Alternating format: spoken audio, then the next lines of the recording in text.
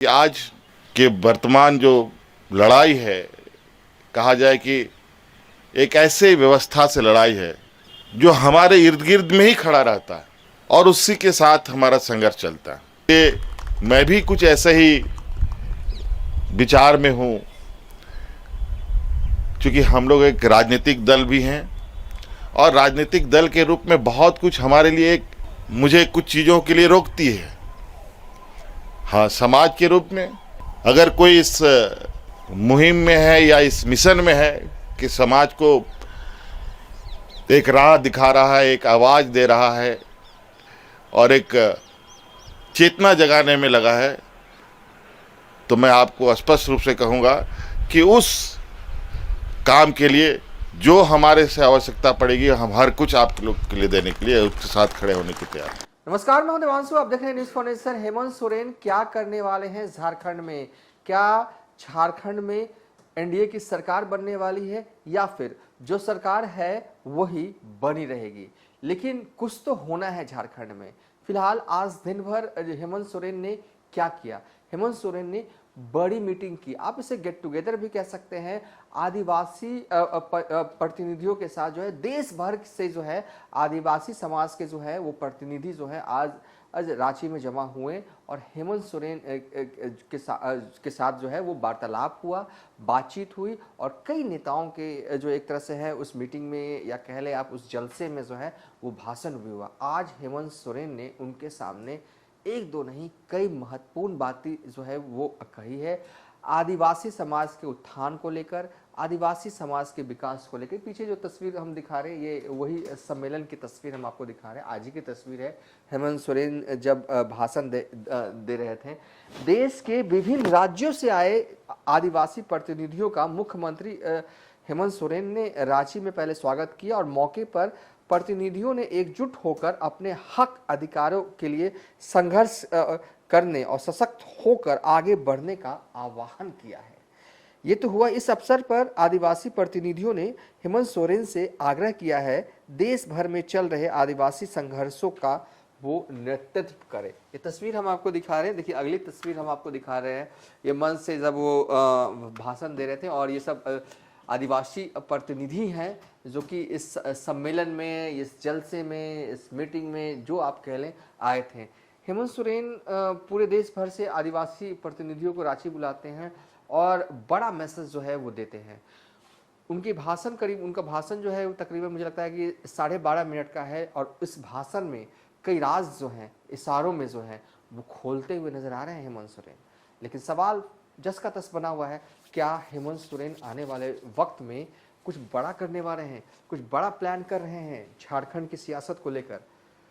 खैर, इस सवाल का पूर्ण जवाब के लिए थोड़ा इंतजार करना पड़ेगा, लेकिन आगे आपको वीडियो में हेमंत सोरेन का पूरा भाषण सुनवा रहे हैं जो कि इन्हीं पंचायत प्रतिनिधियों, आदिवासी प्रतिनिधियों के सामने जो है वो हेमंत सोरेन ने जो है दिया है। लेकिन उनके भाषण में कई इशारे भी छुपे हैं, उन इशारों को आप समझिए। आज बतौर मुख्यमंत्री के रूप में मैं आपके समक्ष हूं। कितने झंझावातों, कितने चुनौतियों के बाद आज हम इस जगह पर है और ऐसा नहीं है कि ये बहुत हमारे लिए सुकून वाली जगह है। हम लोग जैसे जैसे और आगे जाएंगे चुनौतियां हमारे लिए और भी बढ़ेंगी, क्योंकि ये व्यवस्था ही ऐसा है। समंदर में,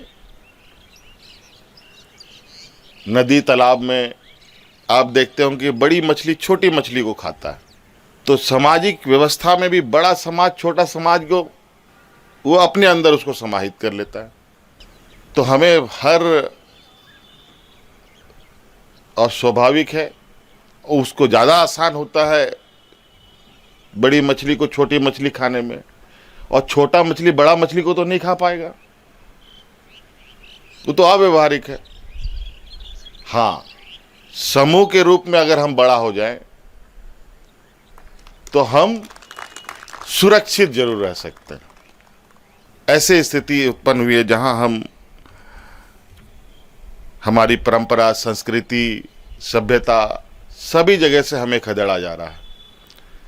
जल, जंगल, जमीन, यही परंपरा, यही संस्कृति और इसी के साथ जीने मरने वाला समाज, भगवान बिरसा मुंडा से लेके इस राज्य में अगर हम दिसोम गुरु शिबू सोरेन जी की बात बोले, अनगिनत ऐसे लोग रहे, या तो उस आंदोलन और उस संघर्ष में उनकी जानें चली गई, चाहे वो जेल में उनको मरना पड़ा हो या फांसी में चढ़ना पड़ा हो या पुलिस की गोलियों से मरना पड़ा हो, या गुरुजी जैसे ऐसे व्यक्ति जो संघर्ष करते करते उम्र के उस पड़ाव में आ गए कि अब शरीर भी उनको साथ ना दे। हाँ, ये जरूर है कि ऐसे ऐसे जगहों पर एक संघर्ष का जो दौर है वो टूटता नहीं है, कि आज के वर्तमान जो लड़ाई है, कहा जाए कि एक ऐसे व्यवस्था से लड़ाई है जो हमारे इर्द गिर्द में ही खड़ा रहता है और उसी के साथ हमारा संघर्ष चलता है। आज उसको संघर्ष को लड़ने का एक काबिलियत बनाया। हमको लगता है पहाड़ी इलाका को छोड़ करके, हमारे नॉर्थ ईस्ट के राज्यों को छोड़कर किसी राज्य में आदिवासी मुख्यमंत्री के रूप में कभी भी किसी भी जगह पर नहीं देखा गया। जब पहली बार झारखंड में एक आदिवासी मुख्यमंत्री बना तो छत्तीसगढ़ में भी आदिवासी मुख्यमंत्री बना, उड़ीसा में मुख्यमंत्री बना। वो बना नहीं, एक डमी के रूप में, उसके पीछे 2 AK-47 भी लगा के खड़ा रखा है डिप्टी CM के रूप में। चौधरी जी ने एक बेड़ा उठाया है। ये बेड़ा साधारण बेड़ा नहीं है, ये बहुत चुनौती भरा, मतलब कहा जाए कि बूंद बूंद घड़ा भरना है। और आप अंदाजा लगाइए बूंद बूंद से इतना बड़ा घड़ा को कैसे भरा जा सकता है, कितने दिन, कितने महीने, कितने साल। आज चौधरी जी की एक उम्र के पड़ाव में भी हैं। आज जो इनका प्रयास और ये के वजह से यहाँ आप सब लोग आए हैं, मैं इनको बहुत बहुत साधुवाद देता हूँ कि अलग अलग तरीके से नए नए विचारों के साथ थोड़ी थोड़ी संदेश भेजने का प्रयास करते हैं। आज इतने लोग आए हैं, सभी लोगों की कई आशाएं, उम्मीदें हैं, और मैं भी इसी के छोटे से इस रोशनी को देखने की कोशिश कर रहा हूँ कि उस रोशनी को हम लोग और कितना बड़ा कर पाएं। और इसके लिए मैं भी कुछ ऐसे ही विचार में हूँ, क्योंकि हम लोग एक राजनीतिक दल भी हैं और राजनीतिक दल के रूप में बहुत कुछ हमारे लिए मुझे कुछ चीज़ों के लिए रोकती है। हाँ, समाज के रूप में अगर कोई इस मुहिम में है या इस मिशन में है कि समाज को एक राह दिखा रहा है, एक आवाज़ दे रहा है और एक चेतना जगाने में लगा है, तो मैं आपको स्पष्ट रूप से कहूँगा कि उस काम के लिए जो हमारे से आवश्यकता पड़ेगी, हम हर कुछ आप लोग के लिए देने के लिए उसके साथ खड़े होने की तैयार हैं। हम लोगों का कोई डॉक्यूमेंटेशन नहीं है, ये सबसे बड़ा प्रॉब्लम, और यही वजह है हम आगे किसी को फॉरवर्ड नहीं कर पाते, अपनी पीढ़ी को उस दस्तावेज को सौंप नहीं पाते। हाँ, एक बड़ा डॉक्यूमेंट जरूर है कि हम प्रकृति के एक हिस्से के रूप में हैं। आज प्रकृति के कितना बड़ा हिस्सा है जो जहाँ सभी को जाके घुटना टेकना है, वो माने या ना माने।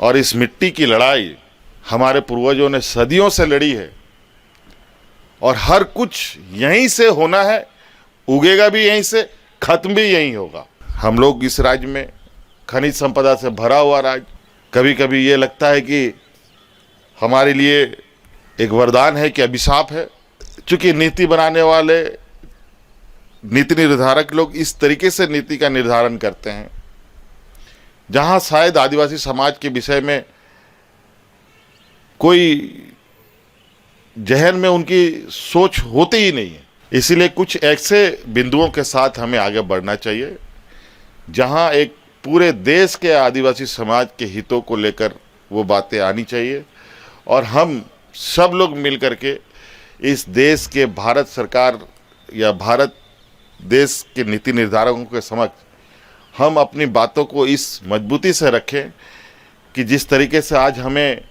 एक छोटा समूह एक कमज़ोर समूह के रूप में मानकर हमारी बातें नहीं सुनी जाती है।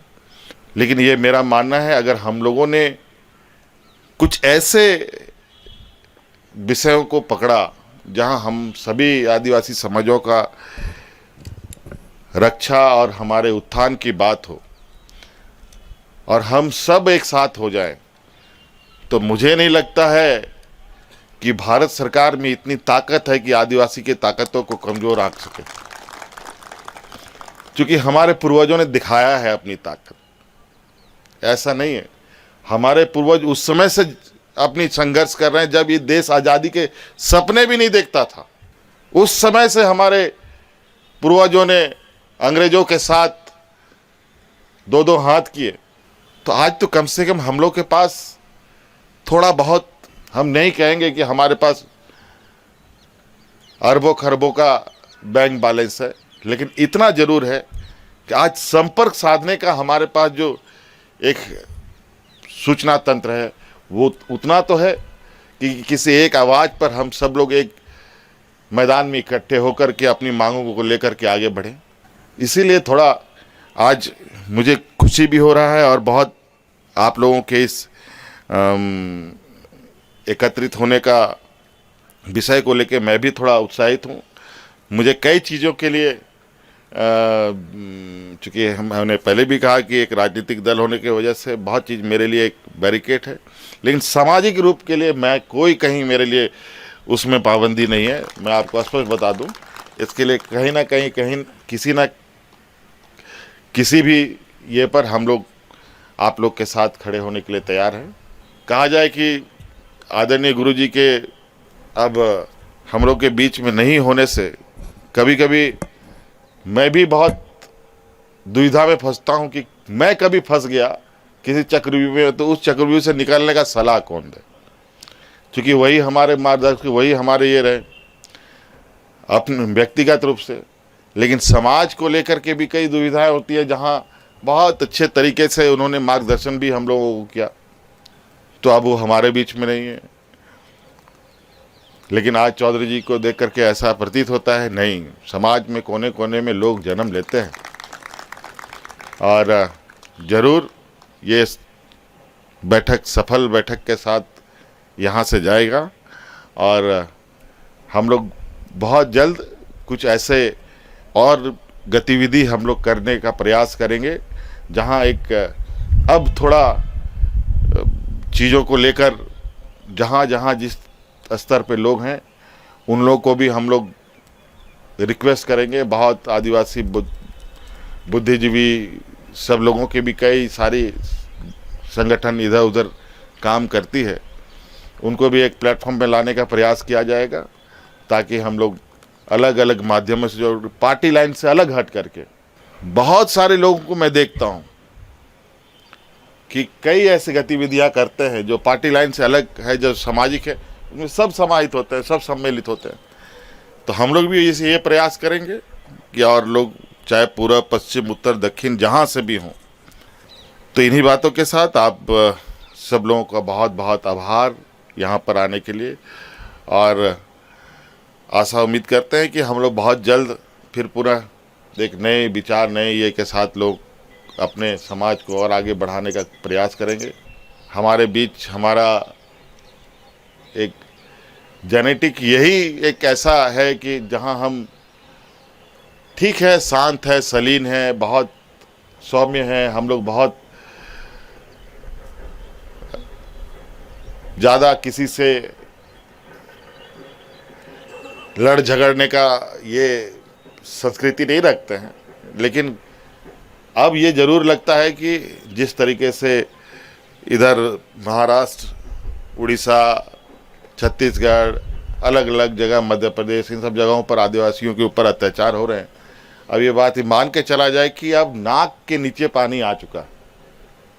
अब ये थोड़ा हर जगह से हम लोगों को एक बड़ी आवाज़ निकालनी चाहिए, जहां उसके बाद हम लोग उन आवाज़ों को के साथ आगे बढ़ें। बहुत बहुत शुक्रिया, सबको धन्यवाद।